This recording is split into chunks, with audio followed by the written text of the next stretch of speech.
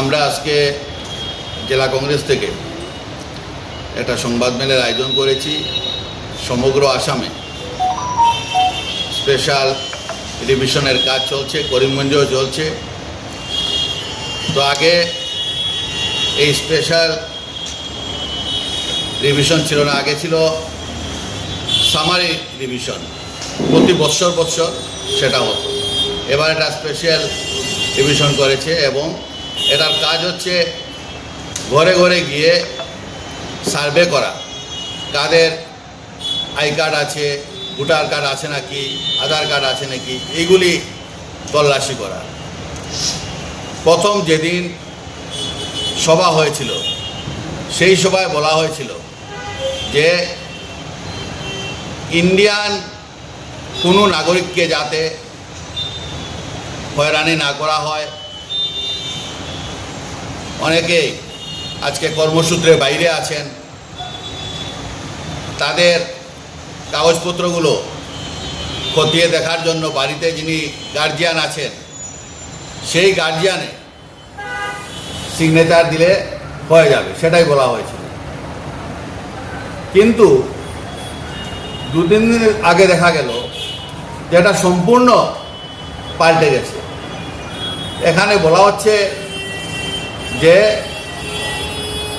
আমাদের বিশেষ করে করিমগঞ্জে নর্থ এবং পাতারকান্দিতে বিএলওরা ঘরে ঘরে যাচ্ছেন এবং বলছেন যে যিনি এখানে নেই, কর্মসূত্রে বাইরে আছেন, ওনাকে আসতে হবে। সেটা কিভাবে? সেটা তো আগে বলা হলো না, হঠাৎ করে সেটা কেন আসলো? তারপরে আমরা যখন শুনতে পেলাম তখনই আমরা সঙ্গে সঙ্গে আমাদের লিগ্যাল যে আছে সেলগুলো নিয়ে আমরা জেলা উপর থেকে না পেয়ে যিনি আধিকারিক চার্জে ছিলেন ওনার সাথে আমরা দেখা করেছি এবং একটি স্মারকপত্র আমরা দিয়েছি।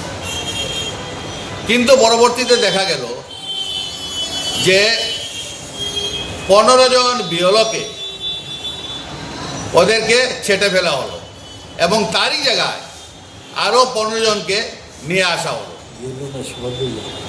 BLO supervisor. তো সেটা তো সন্দেহ দানা বেঁধেছে আমাদের মনে, নিশ্চয়ই কোনো একটা ঘটনা হতে যাচ্ছে। তার জন্য আজকে এই সংবাদ মেল আমরা আয়োজন করেছি। আজকে বলা হয়েছিল যে 80 বছরের ঊর্ধ্বে, আর আজ বলা হচ্ছে 60 বছর। বিরাট একটা দূরভিসন্ধি কাজ চলছে, সেটাকে আমরা কিভাবে প্রতিহত করব? শুধু আমরা নয়, আরও যারা বিরোধীরা আছে সবাইকে নিয়ে আমরা একটা সভা করব।